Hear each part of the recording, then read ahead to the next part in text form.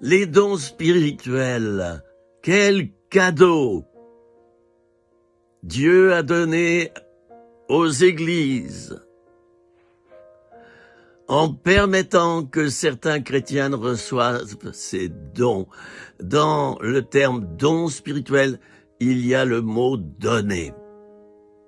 Un don spirituel est fait pour exhorter, bénir, reconstruire, encourager, prévenir les autres.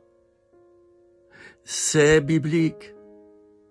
Il y a 9 dons spirituels.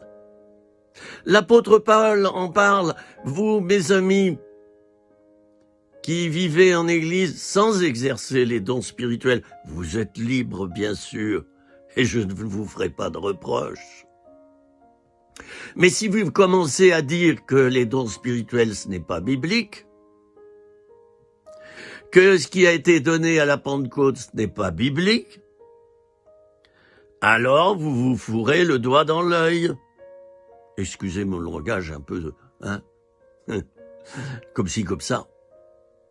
Si vous désignez les autres églises, les autres chrétiens, qui, eux, pratiquent les dons spirituels, le don du parler en langue, etc., etc., les chrétiens qui ont des révélations, des songes, des visions. La vision, c'est une révélation visuelle,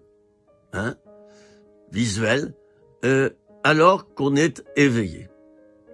Tandis que le songe, c'est une révélation visuelle, alors qu'on est en plein sommeil. Joseph, le père de Jésus, le père adoptif de Jésus, a eu des songes, bien souvent. Et pas que lui. Joseph, le fils de Jacob, a eu des songes, et ça s'est accompli des années après. Chers amis, sachons remercier Dieu pour les grands cadeaux qu'il a fait à l'Église, et notamment les dons spirituels, le baptême du Saint-Esprit, qui est le fait d'être rempli à ras-bord du Saint-Esprit, au point qu'on parle une nouvelle langue, que Dieu seul comprend.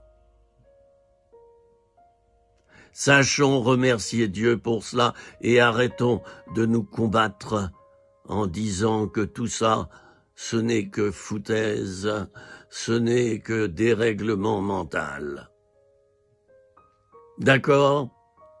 Oh, je le dis avec le sourire. Je ne jette la pierre à personne. J'espère vous avoir fait réfléchir. C'était 3 minutes, rien que pour toi, mon ami. À bientôt et bonne journée.